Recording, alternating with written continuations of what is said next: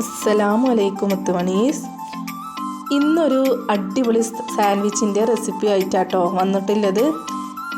എളുപ്പം എങ്ങനെ നമുക്ക് നമ്മളെ വീട്ടിൽ സാധനങ്ങളൊക്കെ വെച്ച് കണ്ട് നമുക്ക് എങ്ങനെ ഒരു അടിപൊളി സാൻഡ്വിച്ച് ഉണ്ടാക്കുന്നതാണ് ഇന്ന് കാണിക്കാൻ പോണത്. ഫസ്റ്റ് തന്നെ ഞാൻ ഇച്ചിരി ചിക്കൻ എടുത്തിട്ടുണ്ട്. അപ്പോൾ ചിക്കന് വേവിക്കാൻ വേണ്ടി വെച്ചിരിക്കുകയാണ്. അപ്പോൾ അതിലേക്ക് ഇച്ചിരി ഉപ്പ് പിന്നെ അതേപോലെ കുരുമുളക് പൊടിയൊക്കെ ഇട്ടുങ്ങാണ്ട് കുറച്ച് ഒരു 2 സ്പൂണ് വളരെ കുറച്ച് ലേശം വെള്ളം ഒഴിച്ചുങ്ങാണ്ട് ഇത് വേവിക്കാൻ വെക്കുകയാണ്. നമ്മൾ ഇതിൽ ഒരു പൊടികളൊന്നും ഇടണില്ല കേട്ടോ. അതിന് ശേഷം പിന്നെ ഇതിലേക്ക് ഞാൻ എടുത്തിട്ടുണ്ടായിരുന്നത് വെജിറ്റബിൾസ് ആയിട്ട് നമുക്കിതിൽ വീട്ടിലുള്ളത് എന്തൊക്കെയാണ് ചോദിച്ചാൽ അത് ഇട്ട് കൊടുക്കുക.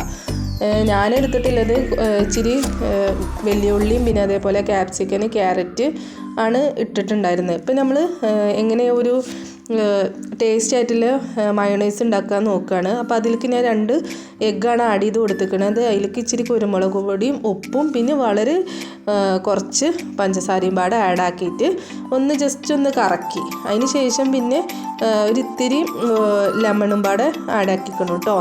അതിന് ശേഷം പിന്നെ നമ്മൾ സൺഫ്ലവർ ഓയിൽ ഒഴിച്ച് കൊടുത്തുങ്ങാണ്ട് ആ ഒരു തിക്ക് കൺസിസ്റ്റൻസി കിട്ടണ വരെ നമ്മളത് അടിച്ചെടുക്കുന്നുണ്ട്.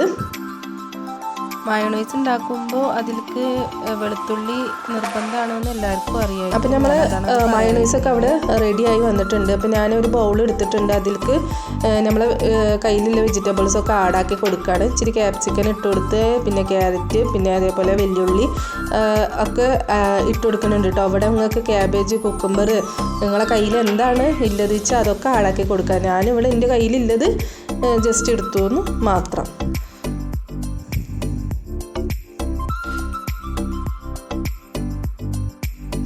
അതൊക്കെ ആഡാക്കിയതിന് ശേഷം പിന്നെ നമ്മൾ വേവിച്ച് വെച്ച ചിക്കൻ ഉണ്ടല്ലോ അതിങ്ങനെ ചെറുതായിട്ട് ക്രഷ് ആക്കിയിട്ടിട്ടുണ്ടായിരുന്നു.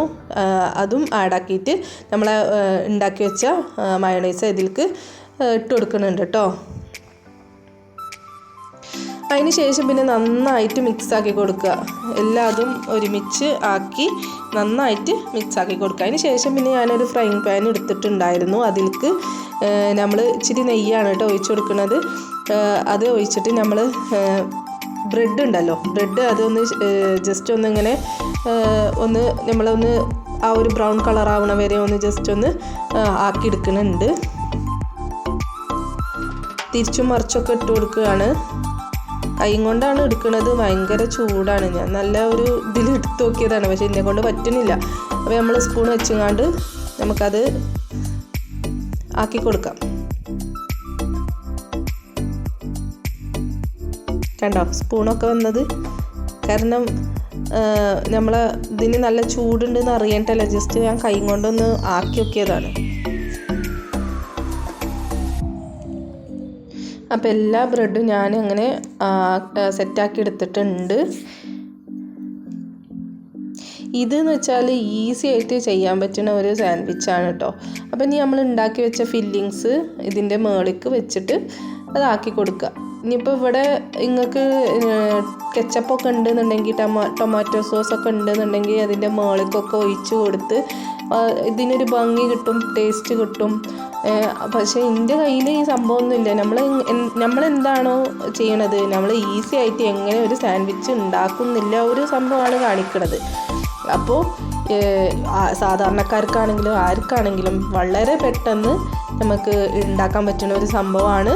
നമ്മളെ ചാനലിൽ അതാണ് പറയുന്നത്, ഈസി ആൻഡ് ടേസ്റ്റി എങ്ങനെയാണ് ഫുഡ് ഉണ്ടാക്കുക എന്നുള്ള ഒരു സംഭവമാണ് നമ്മൾ ചാനലിൽ കൂടെയാണ് പറയുന്നത്. അപ്പോൾ നിങ്ങൾക്ക് ഈസി ആൻഡ് ടേസ്റ്റി